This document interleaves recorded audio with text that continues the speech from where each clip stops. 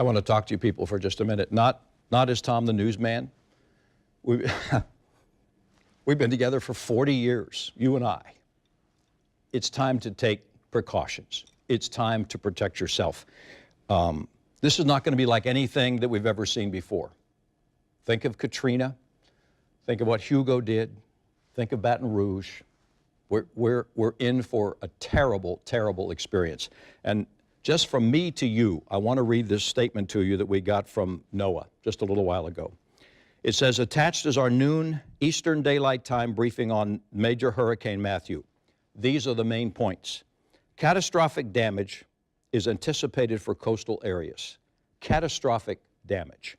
Major Hurricane Matthew is still expected to move dangerously close to Florida First Coast and Southeast Georgia coast Friday through Friday night into Saturday, with catastrophic impacts expected along and near the coast. A major hurricane has not impacted this area in 118 years. Don't forget about Dora. Since October 2nd, 1898, there is no local living memory of the potential of this event. Its direct landfall occurs. If a direct landfall occurs, this will be unlike any hurricane in modern era. We have news crews all over our area to bring you the most accurate, up-to-date information about Matthew. We will get to everyone in just a matter of minutes, but first, we begin our coverage with the Weather Authority's Chief Meteorologist, John Gahn. Tom, tough night ahead for folks down south. They'll be the first to be impacted by Matthew. This is up above my ankles already. Take a look. In the last hour and a half, we were there in the parking lot of the fort about an hour and a half ago. I'm not sure how well you can see. There's a cone that you can see maybe 6 or 7 inches of the top of it, and that's it. Anybody who's been down to this area in downtown St. Augustine knows where that white lion sign is and how far away from the roadway it is. You can't even see the bottom of it right now. The legs of that sign are covered with water. The entire bayfront of St. Augustine is now underwater. I want to show you this church steeple has fallen off of the top of the church. As you can see, I've been trying to look and see what it's hanging on by. I can't tell, but it does not look good. If you take one thing away from this interview, if you see a down power line, do not go near it. Assume it is energized. Call 911. We are in Marsh Lakes, which is a neighborhood right before you hit the bridge going to Amelia Island. And I just want to show you, this is someone's backyard.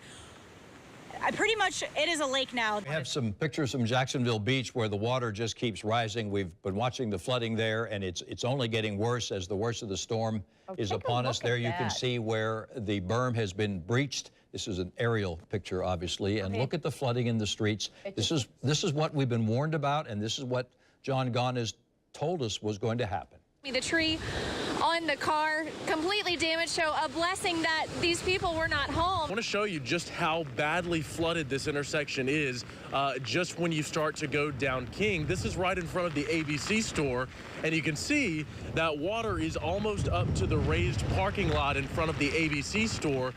And over here, I don't know if my photographer Matt can see it from where he is right now, but there is a silver Chevy Malibu flooded out right now, parked next to the Cornell Law Firm.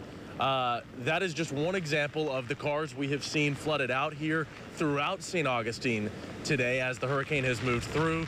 And you can see just how bad the flooding is here.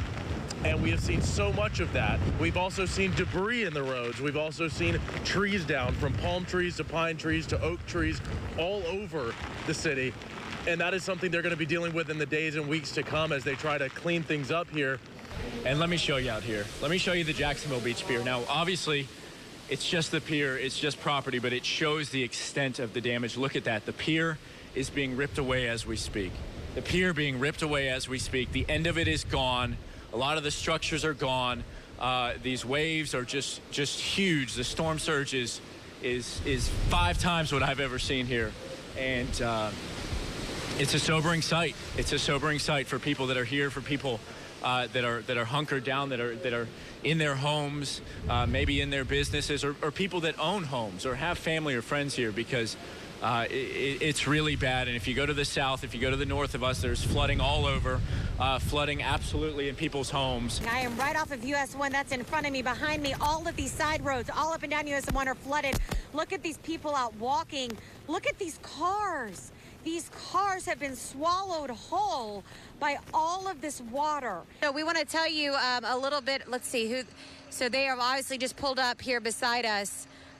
So we are just seeing some emergency officials start to make it here onto the island to assess the damage. And we are at the Teeny Martini Bar. So this is a planter box that was actually washed into the road. And we understand that and the other one is gone. They don't know where that is. In fact, other people that rode out the storm watched that right on by. Are you guys with the National Guard? Fire department. Okay, so this is the fire department, and they're here checking out the damage. We're going to keep our distance. Obviously, these are professionals that need to be able to work here. So we're going to stay back. I know the people who were here. There's nobody in this front building. No. They. I made them move everybody out to the back coach house, second floor. Yes. Nobody is in this. Everybody was okay as far as I know right here. All right. Yep. Okay, so there you have it, live on TV. It looks like they're going around doing some damage assessments, and they're trying to make sure that everyone who was here is okay, because when you ride up and down the bayfront here, this building is one of the most visibly damaged by being out here in the walkways. But that's because the Teeny Martini Bar had all that outdoor seating and all. So all of that has clearly been washed away. Yeah, there's only a couple tables left. There's not many of them. And we walked all the way down and all around here, didn't find any tabletops. And even when it dried up, didn't find anything. And you said one of these planter boxes, your buddies just watched it float on by. Yeah, piece by piece. It wasn't the whole thing. It was piece by piece all the way down the road. Were you ever scared? I mean, we had to evacuate. We couldn't stay. It got too high down here. No, I gave trust to my dad, and he knows what he's doing. And, we just were prepared. We were smart. We listened to what y'all were saying. That's all you can do. Just gotta listen. We told you to evacuate. Yeah, but I don't know. We're just gonna ride it out. At least I know I can say that I've been through one. New video shows rain pounding the Savannah area. Boy, that looks familiar, doesn't it? We've seen it here. And to the north, slick roads in South Carolina. In our area, time to assess, time to begin to find out how much damage was done. Floodwaters still high in St. Augustine as we get a look at conditions east of the Bridge of Lions in this video. Hurricane Matthew is now blamed for 4 deaths here in Florida. 2 were women killed by toppling trees. 2 others were medical emergencies in which first responders were unable to get there in time. And what have you been seeing? It's for the residents of the sanctuary. There's somebody just set one up while we were gone. And what have you been seeing? I know you sent me some pictures, and I do believe we have copies of those pictures. We're going to go ahead and put those up for you right now. Describe to me some of these pictures that we were looking at that you sent us.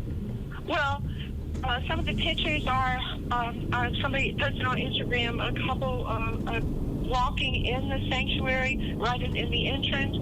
Someone posted a picture of someone's house from their second floor window, and I guess until we saw all that, all of the people on the group, we didn't realize what could really have happened, and actually did see that it did indeed happen, that there's flooding. And I'm going to guess that this is flooding not only from the ocean, but also from the intercoastal. This could be a combination of both, correct? Oh, correct. We're an intercoastal community, so there's some houses that are on the intercoastal, and then we're kind of down on the end of Osceola, and if any water came from up there, it could run down, but probably the intercoastal, I would imagine. So I'm looking at the pictures on my phone right now as well, the pictures that you sent. I see one is taken from what looks like a 2-story building or a 2-story home, and it's looking down on a single level home. Is that what we're looking at? Yes. And do you know where that's at? Where is that home? Because that is some severe flooding right there. I mean, it looks like it's coming at least all the way up to a good portion of the garage and the windows. Yeah, that's where same area close to where those people were walking. And when someone they had posted that Sanctuary Boulevard looked like a lake, that it was so deep as it was running, From downtown St. Mary's, and this is where that iconic Siegel's seafood restaurant is. And I'm also on Osborne Street, just to paint where I am. You hear that? This wind is incredible. Now, I thought that this area would be just fine when we drove up here, but the wind has really picked up. And in fact, just look at the trees here. I just want to show you how drastic or how strong these winds are here right next to this bayfront. It's pitch black without our headlights, and none of these traffic lights work. None of them at all. Look at this. It's a ghost town. It's really eerie.